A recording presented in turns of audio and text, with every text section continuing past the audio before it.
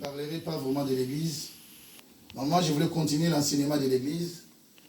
Mais Dieu m'a dit de parler d'autre chose. Donc, vous m'excuserez. Je vais continuer cela le dimanche prochain. Donc, today I cannot speak about the church.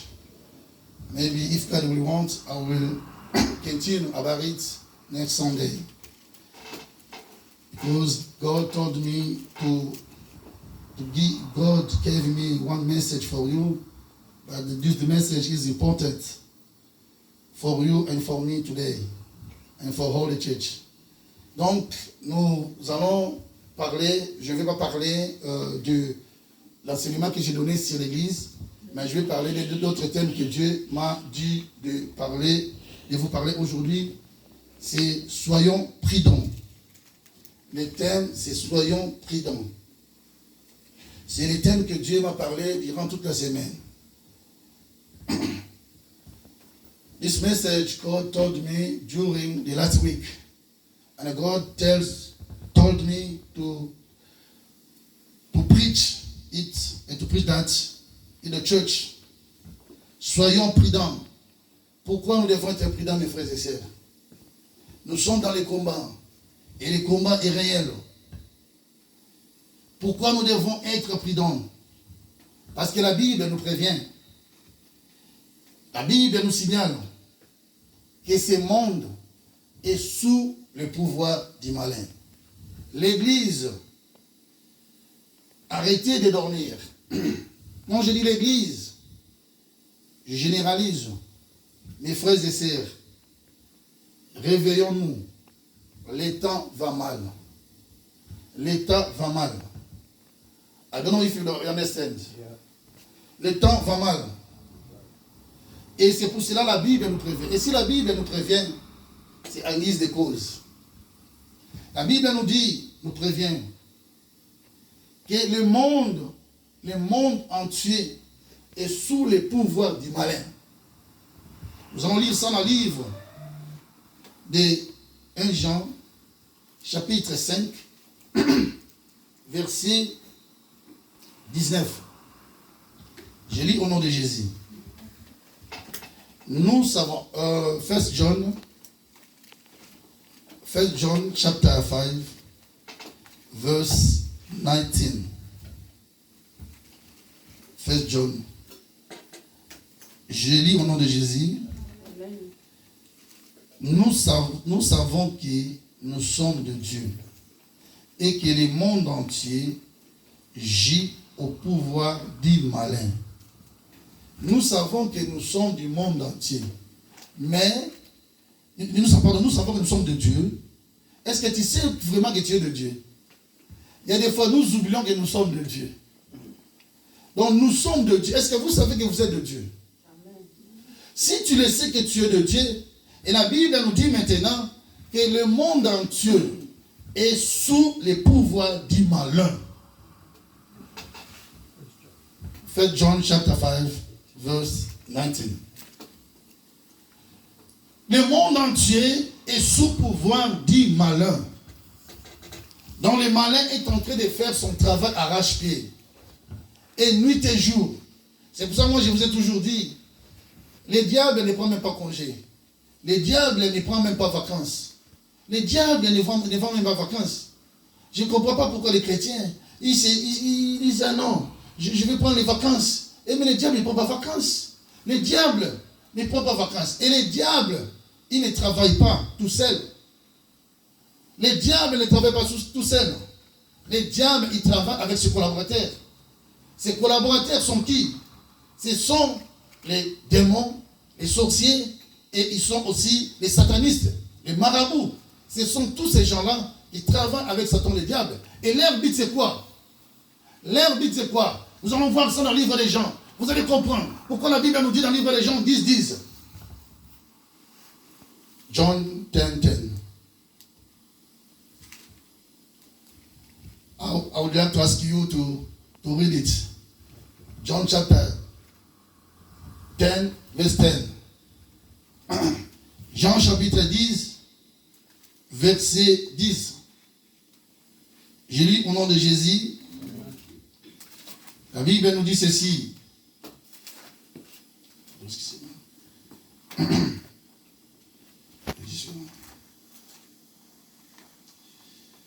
Et la Bible nous dit ceci.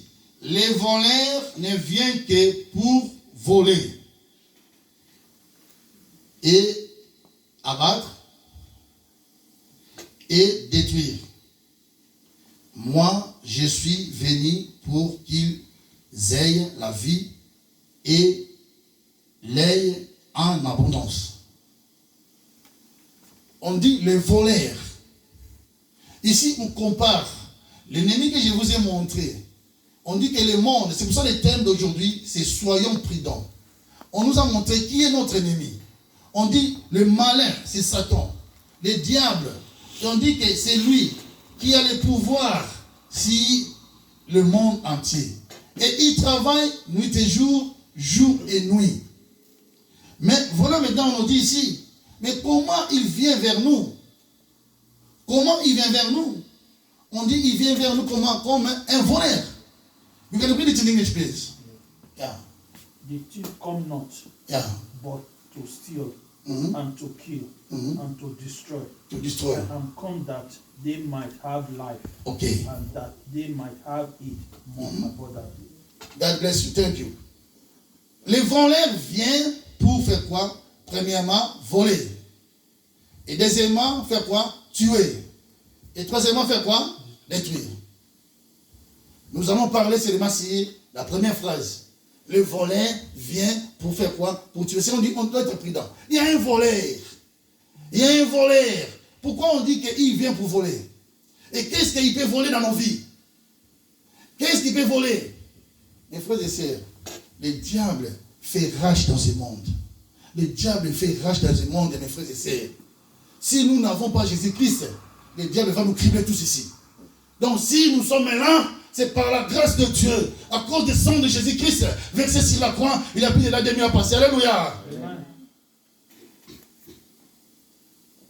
On dit il vient pour voler. On dit il vient pour voler, c'est pas seulement les chrétiens, même les non-croyants. Le diable, il va voler. Nous d'ailleurs, parce que nous sommes protégés par le sang de Jésus, mais il vient toujours. Il vient voler. Il vient voler. Il vient voler quoi maintenant? Vous allez voir, nous allons voir ça dans la Bible. Il vient voler, qu'est-ce qu'il vient voler? Il vient voler notre foi. Notre foi. Parce que c'est lui qui n'a pas la foi. C'est lui qui n'a pas Jésus-Christ. Mais quand le diable ira lui voler ce que Dieu lui a donné, à bien faire quoi? Il n'a pas la foi, il dit oh c'est normal. Oh c'est normal. Oh, ou bien quoi? Oh il y a des sorciers dans ma famille. Oh non, il y a les démons. Oh non. Mais toi tu as Jésus-Christ en toi. Jésus-Christ a fait sa demeure dans ta vie. Jésus-Christ est là maintenant. Tu as le sang de Jésus. Mais comment tu dois réagir quand maintenant les voleurs viennent? Vous savez, quand les voleurs viennent chez toi, tu vas te laisser faire? Quand les voleurs viennent chez toi, tu vas te laisser faire? Tu vas dire, oh merci. Prends ce que tu veux, tu vas dire ça. Mais qu'est-ce que tu vas faire? Alléluia! You must defend. When the thief comes in your house, you must defend. Yeah. Tu dois te défendre. Est-ce que toi tu le sais et tu le fais? Mais comment tu dois te défendre maintenant? On nous dit maintenant ici, les voleurs viennent. Ils viennent quoi? Ils viennent pour nous voler. Le diable, c'est un voleur. C'est pour cela, les voleurs et les sorciers, ils ont tous les mêmes caractéristiques. Parce que même un voleur, même un sorcier, il vient toujours quand il fait noir. Hein? Il vient quand il fait noir, quand il comes pour faire quoi? Pour faire le travail. Et le travail, c'est le même but aussi. C'est pour faire quoi? Voler, tuer et détruire. Tu vas voir dans ta propre maison, quand les voleurs viennent, ils commencent à te menacer même. Ils vont te tuer même chez toi. Pour faire quoi? Pour voler ce qui t'appartient. Allez, donne-moi, regarde toi. Donne-moi, sinon je te tue. Donne-moi, il vient comme ça. Donne-moi. Oh, ça t'appartient. Donne-moi, avec violence. Hein. Pour faire quoi? Donc la Bible n'aima jamais. Donc, détruire. Et faire quoi? Tuer. On le voit. Quand les voleurs entrent dans une maison, ils font quoi? Ils tuent. Ils peuvent pas laisser cette maison. Donc le diable, il fait pareil. Il vient chez nous pour faire quoi? Voler. Mais il vient voler quoi? Qu'est-ce qu'il vient voler à nous? La foi. La confiance en Dieu. Vous savez, la foi. La foi, la confiance à Dieu. C'est pour ça que la Bible nous dit dans Jérémie, on peut lire ça. Jérémie chapitre 17, versets 5 à 11. Qu'est-ce que la Bible nous dit?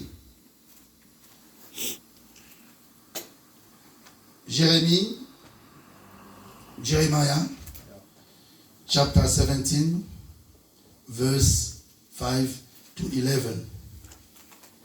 Jérémie chapitre 17, versets 5 à 11. Je lis au nom de Jésus. La Bible nous dit ceci.